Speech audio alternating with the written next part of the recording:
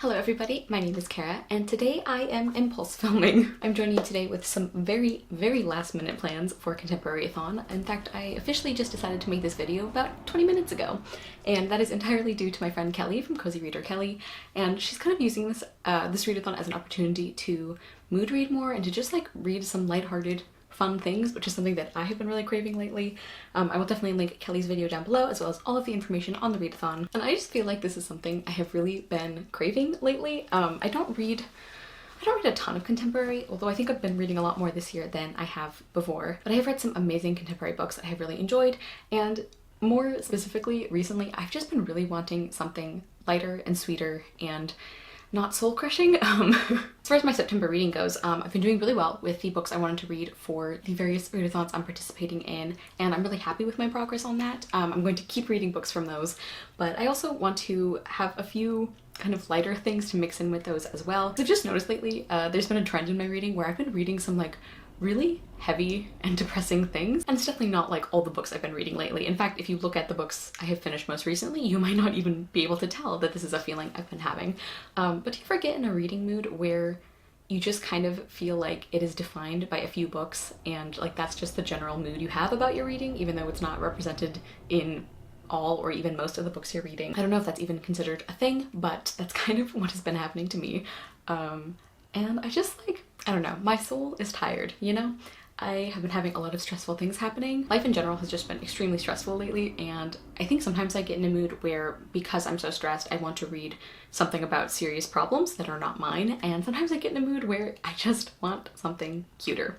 And that's the very long explanation of why we're here. So here we go. I'm not worrying too much about the different prompts because I just seem to have been gravitating towards covers or books that just fulfilled a lot of the prompts anyway, like illustrated and has a plant on the cover and yellow on the cover, I think, are some of them, so not too worried about that. I'm going to start off with two books that I'm not going to randomly pick from a cup, because I'm reasonably sure I will want to get to these during the readathon, and the first one is the 2019 release that I really want to read, and that is We Are the Perfect Girl by Ariel Kaplan.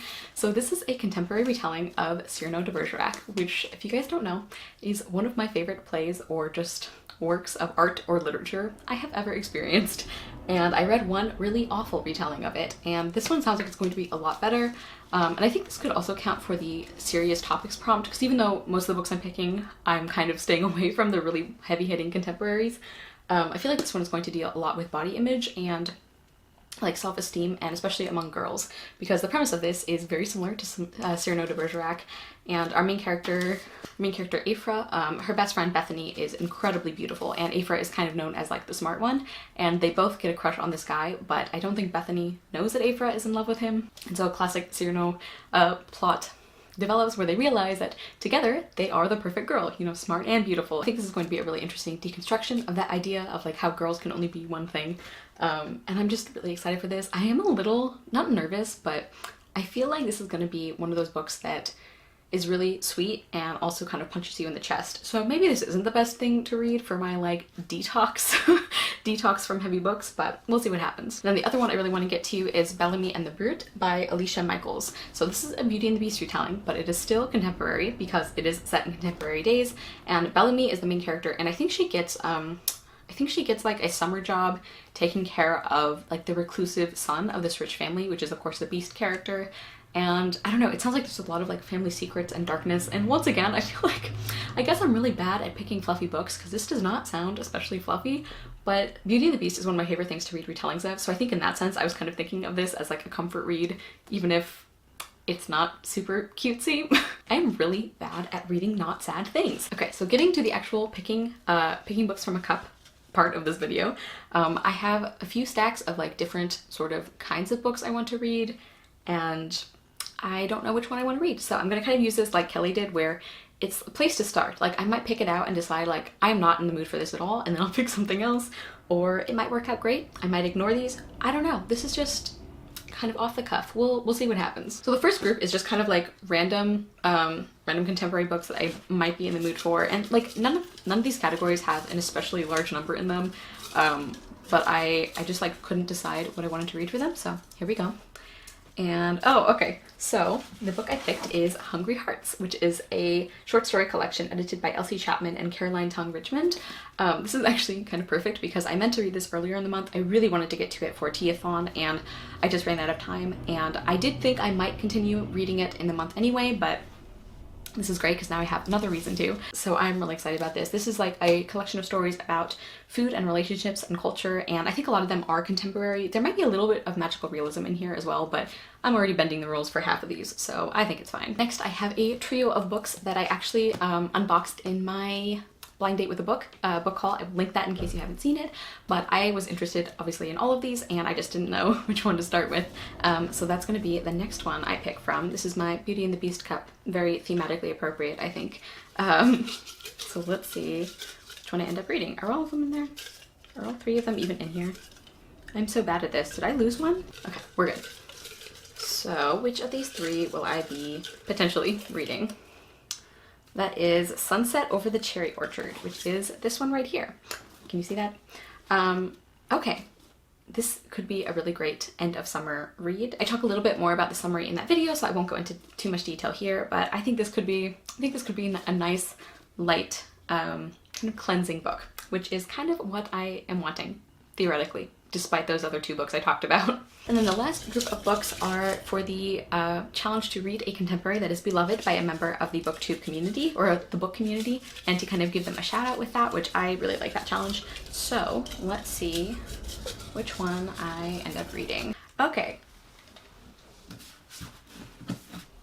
So the one that I picked up for that is The Way You Make Me Feel. Why do I keep showing it on that side? This is the side I have room on.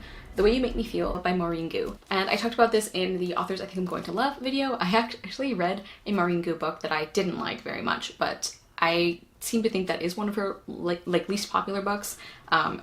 I've heard most people's favorite, and the specific person that I know really loves this is Jocelyn from Yogi with the Book. She's talked about just like the family relationships in it are really good, which is one of the things that drew me to it. The friendship is really good, and I just heard that that's like a really solid contemporary, and I know Jocelyn really enjoyed it. Like I feel like the books we tend to talk about are like fantasy and like folktale, fairy tale kind of things. So I kind of feel like she's like me, and that maybe she doesn't read as much contemporary as other genres. I don't know, that's just an impression. Maybe I'm wrong. But I just tend to really pay attention when she does really love contemporaries. I'm really excited to get to this. It's about a food truck, and I just think this is going to be great. I heard there's a really great female friendship in it, which I always adore, and I think I am going to enjoy this one more than I Believe in a Thing Called Love, which was the other Maureen Gu book that I did not get on with. So excited to get to this. Okay everybody, so here is my stack of possibilities for Contemporaryathon. And as I said, I am still gonna, like, this isn't like replacing my other September reading plans. I just been thinking anyway that I was sort of in the mood for some lighter, kind of cuter books, and I had been considering using Contemporaryathon as a way to kind of like focus my reading that way. And then I saw Kelly's video, which I loved, and I was like, this is a great way to do it. I'm gonna do it. So here we are, impulse filming, very little makeup on my face, random background that has like nothing on it, but let me know if you guys like more casual videos like this, because it was an experience.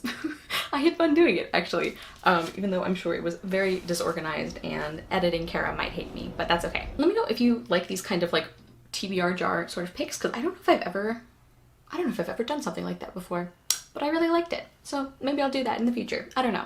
Let me know if you guys are participating in Contemporaryathon, or even in just like kind of a casual way like I am. And let me know if you guys are also reaching a place where you're like, I just want to read some fluff and be happy about it, and like I need to take a break from the books that rip out my heart and stomp on it, because while I love that, I like love emotionally investing books, I also think you can get emotionally invested in things that don't make you sad. So that's the theme for this, I think. Thank you guys so much for watching. I will see you soon with another video, and I hope you love the next book you read. Bye!